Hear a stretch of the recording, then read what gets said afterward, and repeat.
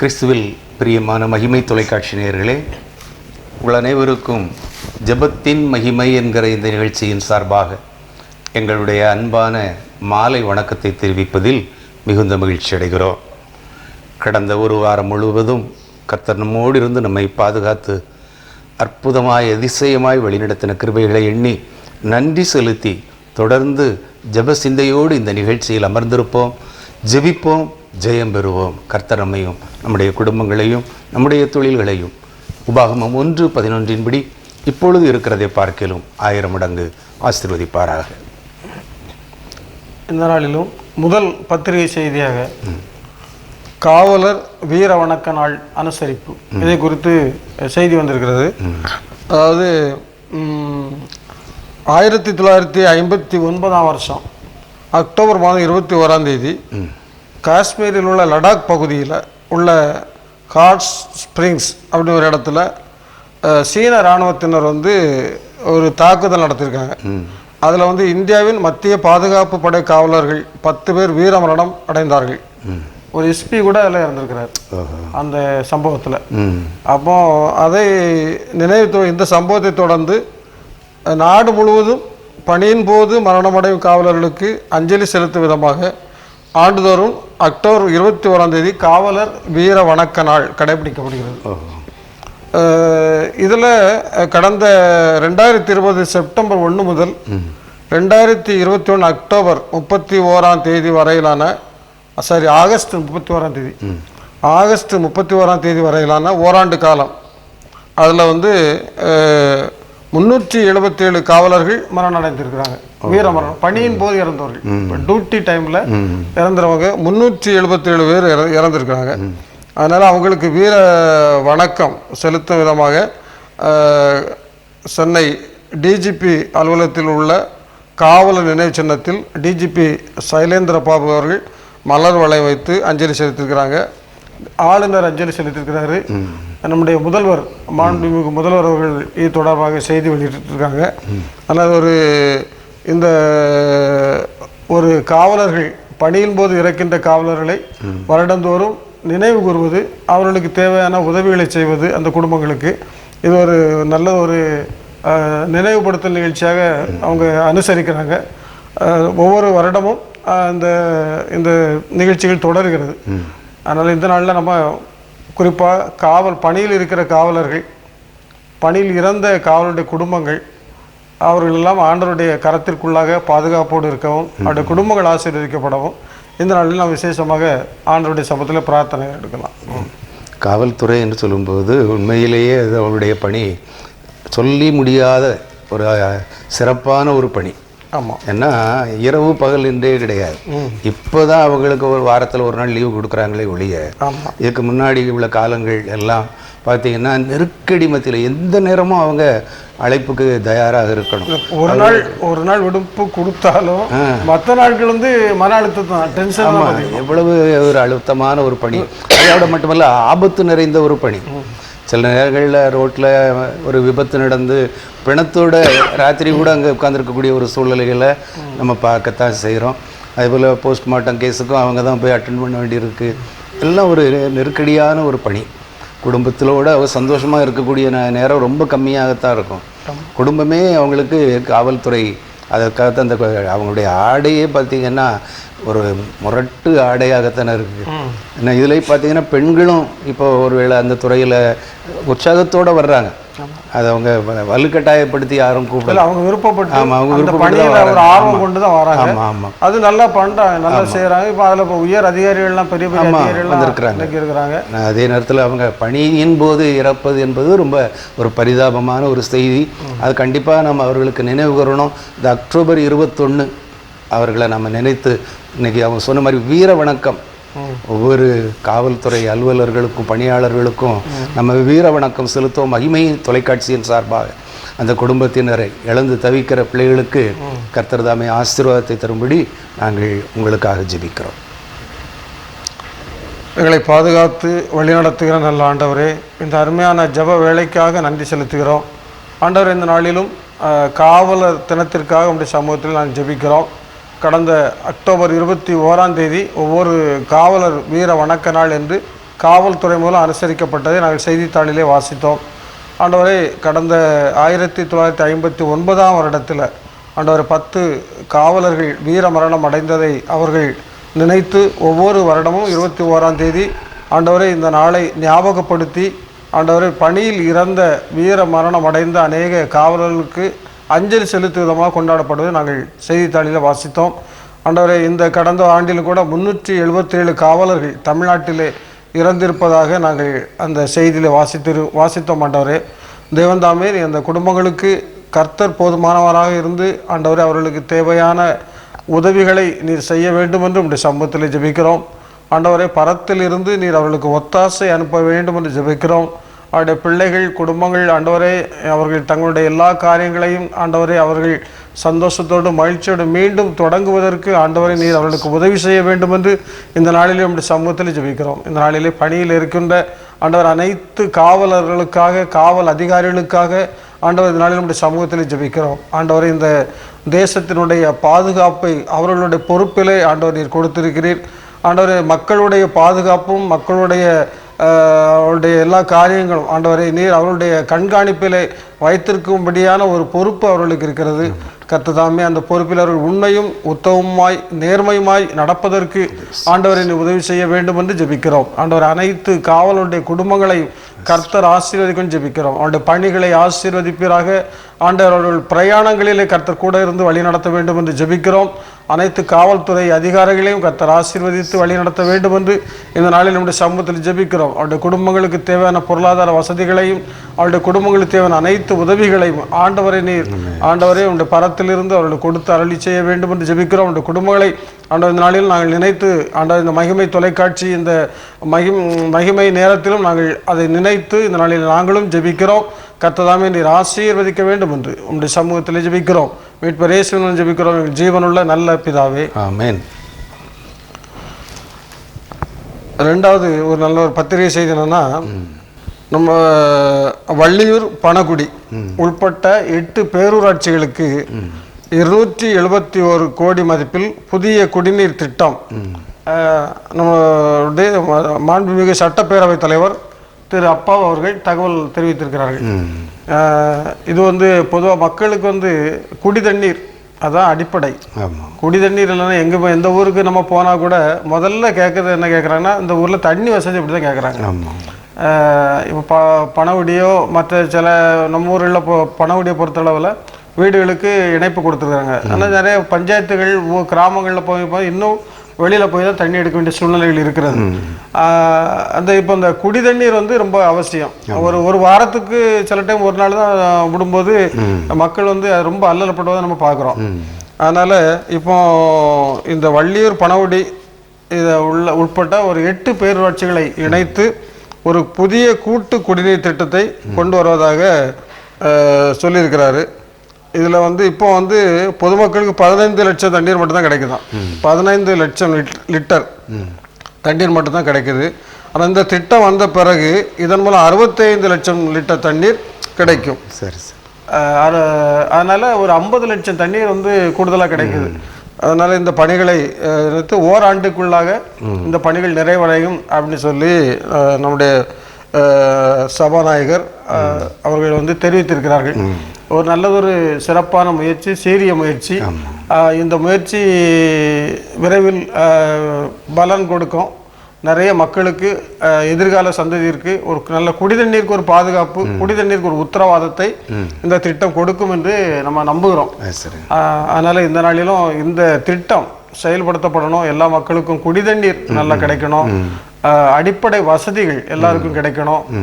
எல்லா மக்களும் ஒரு சந்தோஷமா அடிப்படை வசதிகளை பெற்று அனுபவித்து வாழணும். அதற்காக நம்ம இந்த நாளில் ஒரு ஜெபிக்கணும். இந்த திட்டத்தை விசேஷமாக கர்த்தருடைய சமூகத்தில் நினைத்து ஆண்டவர் இந்த திட்டத்தை ஆசீர்வதிக்கணும். எண்ணத்தை குடிப்போம் என்று கவலைப்படாதீர்கள். ஆண்டவர் சொன்னது எண்ணத்தை குடிப்போம். ஆண்டவர் கூப்பிடுறாரு, தாகமாக இருக்கிறவர்களே என்னிடத்தில் வாருங்கள், நான் விலையுமின்றி பணமுமின்றி உங்களுக்கு திராட்சரசமும் பாலும் தருவேன். ஒருவேளை சட்டப்பேரவை தலைவருக்கு ஒரு பேர் உண்டு, தாமிரபரணி நாயகன். அந்த காலங்களில் அவர் முதல்ல எம்எல்ஏ ஆகும்போது நம்ம இந்த பேரூராட்சிகளுக்கெல்லாம் தண்ணீர் கிடையாது. ஆமாம். இன்றைக்கி திருநெல்வேலியிலிருந்து தண்ணி பணகுடியை வந்து எட்டுதுன்னா அது சட்டப்பேரவை தலைவருடைய மாபெரும் சாதனை தான். இன்றைக்கி அவர் அதை தொடர்ந்து இன்னும் நீட்டிக்கிறார். இப்போ புதிதாக தலைமையேற்றிருக்கிற உள்ளாட்சி தலைவர்கள் கூட சொல்லும்போது முதல் விருப்பமாக அவருடைய லட்சியமாக எது சொல்லுதாங்கன்னா குடிநீர் திட்டம் நாங்கள் செயல்படுத்துவோம். ஏன்னா அந்த அவ்வளவு கிராமங்களுமே இன்னும் சரியான தண்ணீர் வசதி இல்லாமல் தான் இருக்கு. நிறைய இடங்கள்ல சோர்ஸ் இருக்கு, தண்ணிக்கு உள்ள சோர்ஸ் இருக்கு. ஆமா, அதை மக்களுக்கு கொண்டு போய் சேர்க்கக்கூடிய அளவுக்கு அந்த வசதிகள் செய்யப்படலை. ஆமா, குறிப்பாக நேற்று ஒருத்தர் ஒரு ஊராட்சி தலைவர் பேசும்போது அங்கே 4 கிணறுல இருந்து தண்ணி வந்துட்டு இருந்தது தான். இப்போ அது 2 கிணறாகி போச்சான். மீண்டும் நான் 4 கிணறையும் தண்ணியும் நான் மக்களுக்கு கொடுக்கறதுக்கு முயற்சி எடுப்பேன் அப்படின்னு சொல்கிறாங்க. அப்படி இருக்குது, நீங்கள் சொன்ன மாதிரி சோர்ஸ் இருக்குது. அதை எப்படி மக்களுக்கு கொண்டு போய் சேர்க்கறது? இப்போ அருமையான தாமிரபரணி நாயகன் இன்னைக்கு 271 கோடியில் 8 பேரூராட்சிகளுக்கு கூடுதலாக 50 லட்சம் லிட்டர் தண்ணீர் கொடுக்குறாருன்னா உண்மையாகவே அது ஒரு சிறப்பான திட்டம். அந்த திட்டம் நமக்கு சீக்கிரத்தில் கிடைக்கணும். 1 வருடம் என்பது கூட இப்போ ஒருவேளை மழைக்காலமாக இருக்கிறதுனால தண்ணி கிடைக்கிது. ஆனால் கோடை காலங்களில் வந்தாச்சுன்னா 1 வாரத்துக்கு கூட ஒரு முறை கூட தண்ணி வராத சூழ்நிலையை நம்ம பார்க்குறோம். அப்படி இல்லாதபடி எல்லா இடங்களுக்கும் பொதுவாகவே எதுவுமே தண்ணி விட்ட பாடு அப்படின்னு சொல்லுவாங்கல்ல, அந்த தண்ணி விட்ட பாடு அது அந்த காலத்துல அப்படி தண்ணி கிடைக்கும். ஆமா, ஆனா இப்போ தண்ணியினுடைய விலை, அது குடி தண்ணீர் கேன்ல குடிக்கிறாங்க நிறைய எல்லாருமே அப்படிதான். அது நான் இந்த தண்ணியை நம்பல, அவங்களுடைய சுத்தமா இருக்காது சுகாதாரமா இருக்காதுன்னு சொல்லி எல்லாருமே வீட்டில் கேன் வாங்கி தான் குடிக்கிறோம். இருந்தாலும் எல்லாருக்கும் வாங்க முடியாதுல்ல. எல்லாரும் 30 ரூபா கொடுத்து 40 ரூபா கொடுத்து கேன் வாங்க முடியாது. அதுலேயும் இப்போ புதிதாக ஆராய்ச்சிகளை பார்க்கும்போது அதை குடிக்காதுங்கன்னு சொல்லக்கூடிய கூட்டமும் பெருகிக்கிட்டு இருக்கு. அதில் சுகாதாரம் இருக்காது, நீங்கள் வெளியே 30 ரூபா கொடுத்தோன்னே பெருசாக நினைக்கிறீங்க. உண்மையாகவே நம்ம வீட்டில் அந்த ஆழ்குழாய் கிணறு போர்வெல்லிருந்து வர்ற தண்ணி தான் ஆரோக்கியமானது. அதை வேணால் நம்ம ஃபில்டர் பண்ணி ஆர்ஓ சிஸ்டம் மூலமாக நம்ம ஃபில்டர் பண்ணி குடிக்கலாம். மற்றபடி கடைகளில் வாங்குகிற தண்ணியோ அல்லது பஞ்சாயத்து கார்பரேஷன்லேருந்து வர்ற தண்ணியோ அது ஆரோக்கியமான தண்ணியாக சுகாதாரமான தண்ணியாக இருக்கும்னு நம்ம எதிர்பார்க்க முடியாது. வீட்டில் ஒரு போர் போட்டு அந்த போர் அது உப்பு தண்ணியாக இருந்தாலும் இப்போ அதை நல்லதாக்கிறவங்க நல்ல குடிநீர் கூடிய வசதி இருக்குது. அதனால் அதையும் நம்ம பருகுவோம்னா வீட்டில் வரக்கூடிய நோய் நொடிகளுக்கு சில இடங்களில் தண்ணி பார்த்திங்கன்னா சில்வர் பாத்திரத்தில் அப்படி வச்சுருந்தீங்கன்னா அந்த வாட்டர் லெவல் இருக்கிற இடத்துல பார்த்திங்கன்னா அப்படியே வெள்ளையாக படிந்திருக்கும் உப்பு. அதை வச்சுட்டு அவர் சொல்கிறார், நம்ம இந்த பகுதியில் உள்ள மக்களுக்கெல்லாம் மஞ்சள் காமாலை நோய் வர்றதுக்கு சுகர் வர்றதுக்கு காரணம் என்னென்ன அந்த தண்ணி தான் அப்படிங்கிறாங்க மருத்துவர்கள். தண்ணீரில் வந்து நிறைய, ஆனால் சில மருத்துவர்கள் சொல்லக்கூடிய விஷயங்களும் என்ன சொல்கிறாங்கன்னா, நீங்கள் நம்ம இந்த ஆர்ஓ சிஸ்டம் கேன் வாட்டரில் வந்து நிறைய குடிக்க எல்லாம் நிறைய இப்போ அது ஃபெமிலியர் ஆயிடுச்சு. கேன் வாட்டர் இப்போ அது எல்லா வீடுகளிலும் எல்லாமே அது ஸ்டைல் ஆகி போச்சு. தண்ணி நீங்கள் அது எதுக்கு சொல்கிறாங்கன்னா, அந்த மக்கள் பொதுவாக நினைக்க சுத்தமான தண்ணி அந்த அடிப்படையில் குடிக்கிறாங்க. இன்னொன்று என்னன்னா, மருத்துவர்கள் சொல்ல எந்த தண்ணி கிடையாது, நீங்கள் அந்த தண்ணியை சூடு பண்ணி ஃபில்டர் பண்ணி குடிங்க, அதான் பெஸ்ட். சூடு பண்ணணும் கண்டிப்பாக, அதை கொதிக்க வச்சு நல்ல ஒரு குறிப்பிட்ட கொதிநிலை கொஞ்சம் பிறகு சூடு பண்ணி அதை ஆற வச்சு குடிக்கிறது நோய்கள் வருவதற்கு தடுக்கலாம் சொல்கிறாங்க. இந்த மழைக்காலங்களில் நம்ம அதை செய்வோம். இருக்கிற தண்ணீரை சூடாக்கி அதை ஆற வைத்து குழந்தைகளுக்கு, குழந்தையாக இருந்தாலும் சரி பெரியவர்களாக இருந்தாலும் சரி அதை கொடுத்துட்டு அப்படியே கொடுத்து பழகிட்டோம்னா அந்த அலுவலகத்துக்கு போகிறவங்களுமே அது அந்த மாதிரி ஒரு வாட்டர் கொண்டு போகிறது தான் சிறப்பான ஒன்று. கொதிக்க வைத்து ஆற வைத்த தண்ணீர், அப்படிப்பட்ட தண்ணீரை நம்ம பயன்படுத்துவோம். இந்த திட்டத்திற்காக நம்ம ஜெபிப்போம். இந்த பேரூராட்சி அது நல்ல பயனடைய நம்ம ஆண்டவரிடத்தில் நம்ம சட்டப்பேரவை தலைவர் அவர்களுக்காகவும் அவரோடு இணைந்து செயல்படுகிற பிள்ளைகளுக்காக நம்ம ஜெபிப்போம். நேசிக்கிற நல்ல ஆண்டவரே, ஒருவராய் பெரிய அதிசயங்களை செய்கிறவரே, ஆலோசனை கர்த்தரே, ஆசீர்வாதமான இந்த மத்தியான வேளையிலும் ஆண்டவரே நல்ல பல திட்டங்களை நாங்கள் கேள்விப்பட்டு உமக்கு நன்றி செலுத்தும் வண்ணமாக உம்முடைய பாதத்திலே வந்திருக்கிறோம்.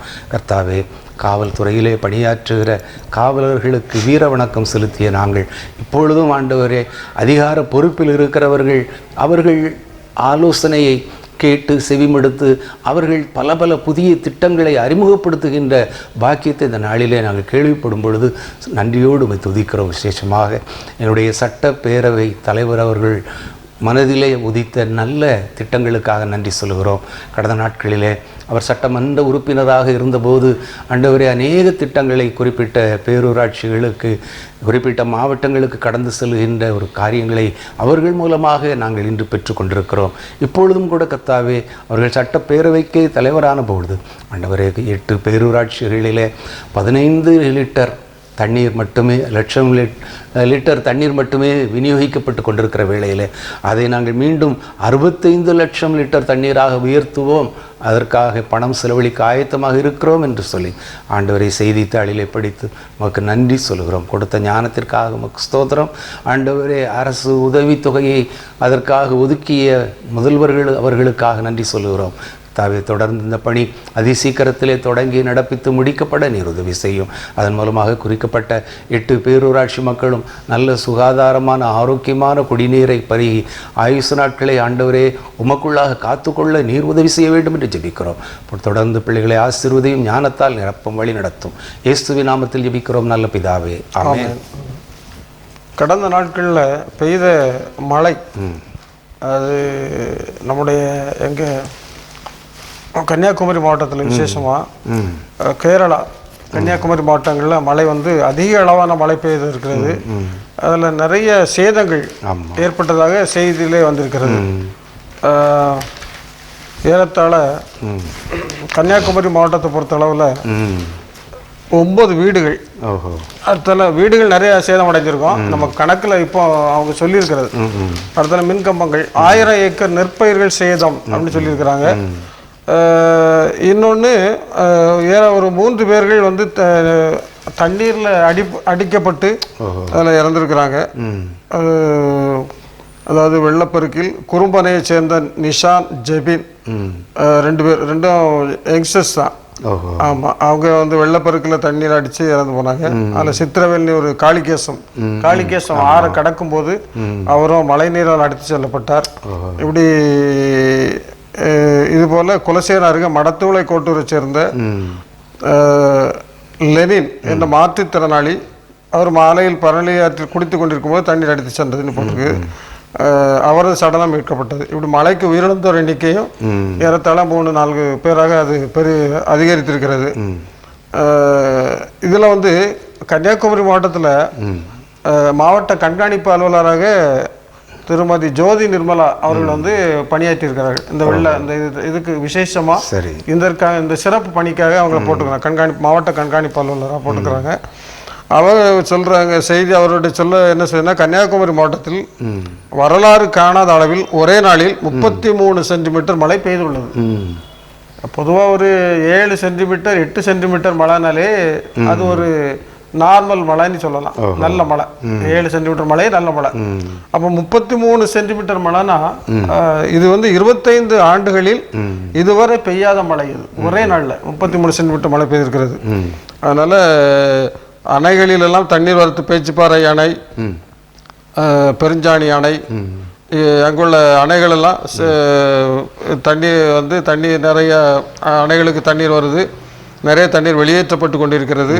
இதில் அதிகப்படியான தண்ணீர் வெளியேற்றப்படும் போது அந்த நெற்பயிர்கள் சேதம் 1000 ஏக்கர் நெற்பயிர் சேதம்னு போட்டுக்கிறாங்க, கணக்கெடுத்துருக்காங்க. நம்ம இதில் கணக்கெடுத்தவர்களுக்கு இழப்பீடுகள்லாம் வழங்கப்பட வேண்டும். மழை மேற்கு தொடர்ச்சி மலையில் அந்த மழை அதிகமாக இருக்குது. இப்போ நமக்கு வடகிழக்கு பருவமழை காலம் 26 ஆரம்பிக்குது வரணும். ஆனால் வடகிழக்கு பருவமழை தாமதமாகிறது. ஆனால் மேற்கு தொடர்ச்சி மலைகளில் இந்த மழை அதிகப்படியான மழை பெய்கிறதுனால கேரளாவில் கடுமையான பாதிப்பு ஏற்பட்டுள்ளது. இப்போ நமக்கு அடுத்து இருக்கிற கன்னியாகுமரி மாவட்டத்திலையும் நிறைய பாதிப்புகள் இருப்பதாக தெரிய வருகிறது. அதனால் ஆண்டவர் இந்த நாட்களில் இந்த நாளில் விசேஷமாக கர்த்தர் ஒரு ஆசீர்வாதமான மழையை பெய்ய செய்யணும். இப்படி சேதங்கள் அதிகமாக ஏற்பட்டு ஆண்டவர் பாதுகாத்து கொள்ளணும்.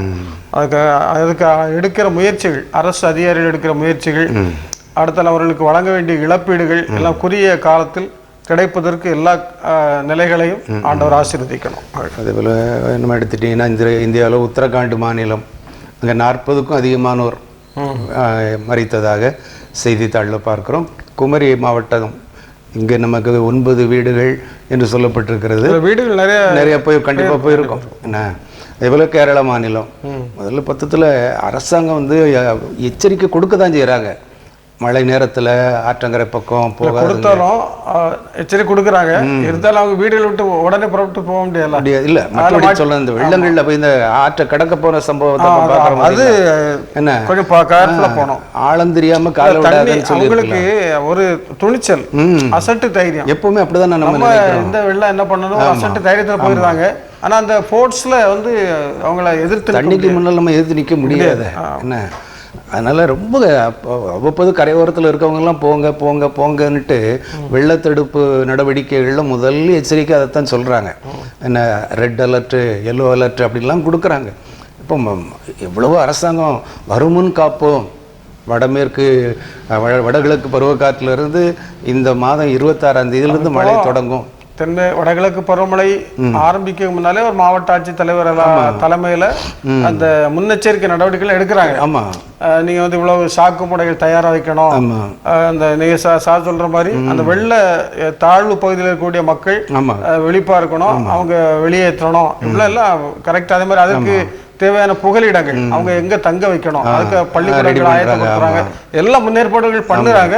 ஆனால் சில சமயங்கள் இவை எல்லாவற்றையும் மீறி அதிகபட்சமாக எதிர்பார்க்காத அளவு மழை வரும்போது தான் இப்படிப்பட்ட நிகழ்வுகள் நடந்து விடுகிறது. இரவு நேரத்தில் மழை வருது, ஓடி போக முடியாத ஒரு சூழ்நிலையை பார்க்குறோம்.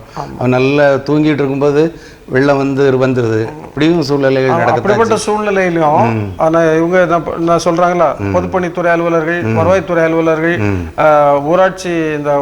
ஊராட்சி வளர்ச்சித்துறை அலுவலர்கள் அவங்கெல்லாம் அவங்களுக்கு 24 hours டியூட்டி போட்டு, தீயணைப்பு அலுவலர்கள் கூட அதுல முக்கியமாக அவங்க வந்து பேரிடர் பணியாளர்கள் குழுவை நியமித்திருக்கிறாங்க. 24 மணி நேரம் அலுவலர்கள் நியமிக்கிறாங்க.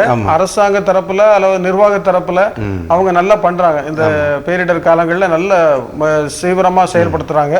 ஆனால் இந்த நாட்களில் இப்படிப்பட்ட சேதங்கள் நிறைய வருது. அவர்களுக்கு ஒரு இழப்பீடுகள் கிடைக்கணும். அந்த அதிகாரிகள் அவருடைய பணிகளில் அவர்களுக்கும் பாதுகாப்போடு, ஏன்னா இப்போ மின்கம்பங்கள் அவங்களுடைய பணி ரொம்ப இருட்டுக்குள்ள இருக்க வேண்டியிருக்கு பாருங்க. அவங்களுடைய பணி ரொம்ப ஆபத்தான பணிகள்.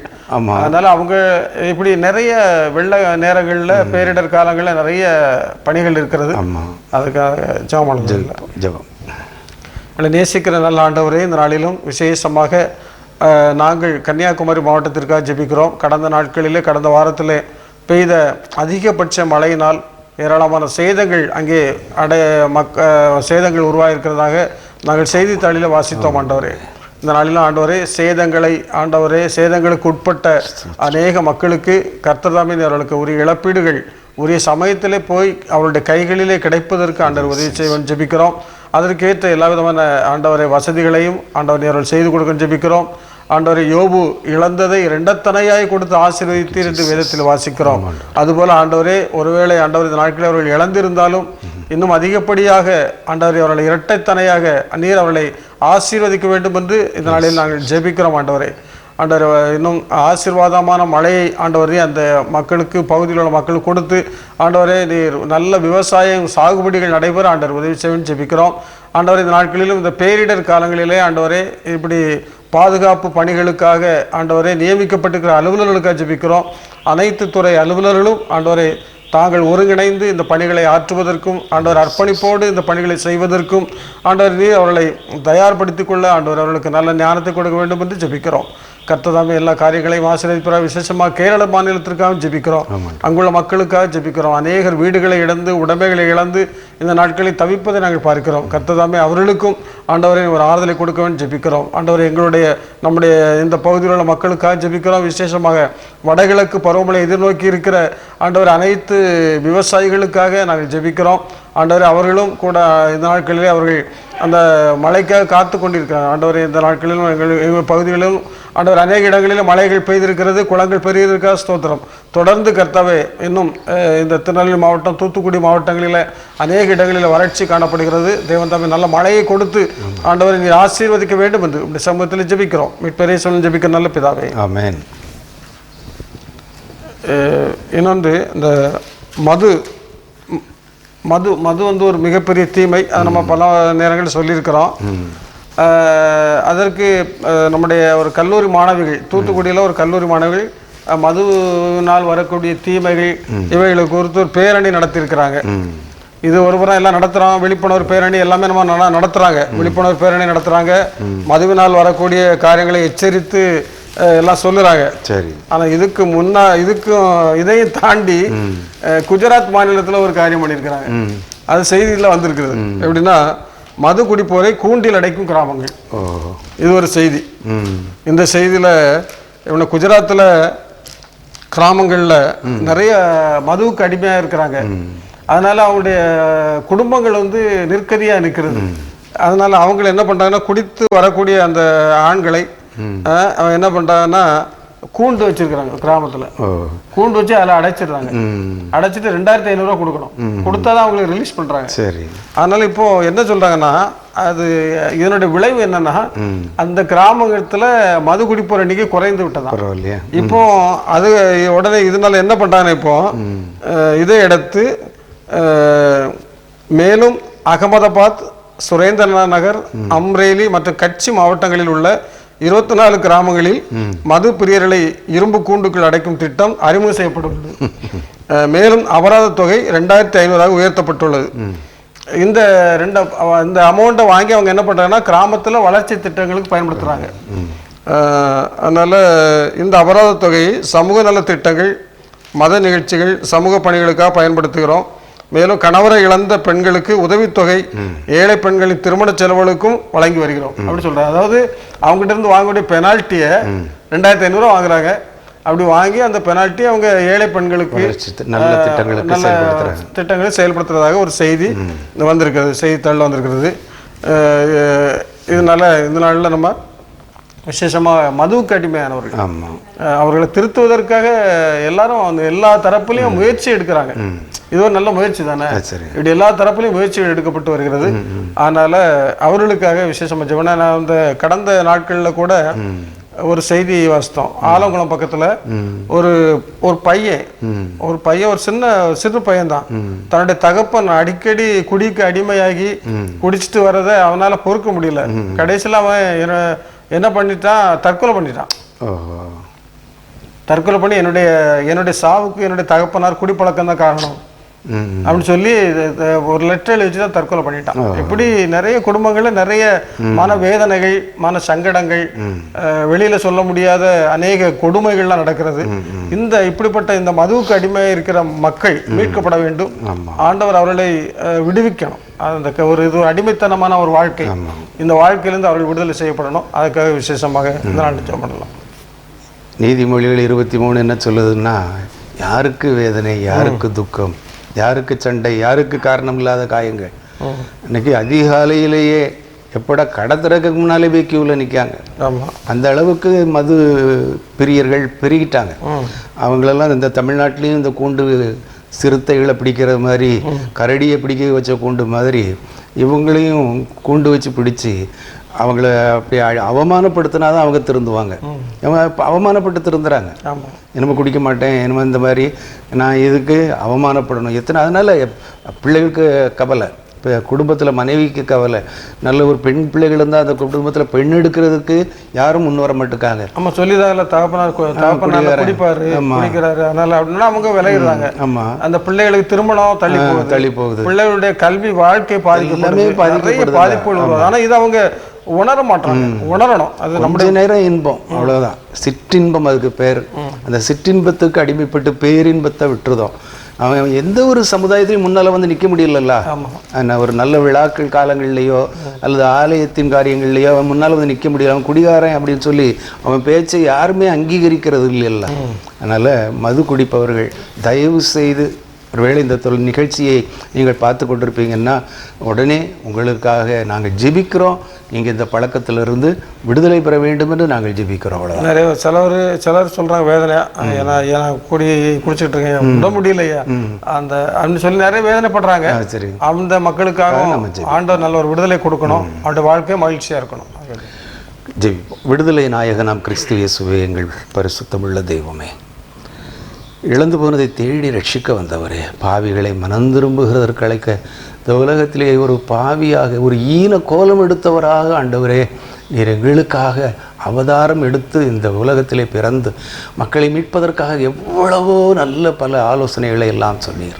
கர்த்தாவே, இந்த நாளிலே குஜராத் மாநிலத்திலே மது குடிப்பவர்களை, ஆண்டவரே, மதுபானம் அருந்துபவர்களை கூண்டு வைத்து பிடித்து அவர்களிடத்தில் அபராதம் வாங்கி அவர்களை விடுவிப்பதாக நாங்கள் செய்தித்தாளிலே வாசிக்க கேட்டோம்.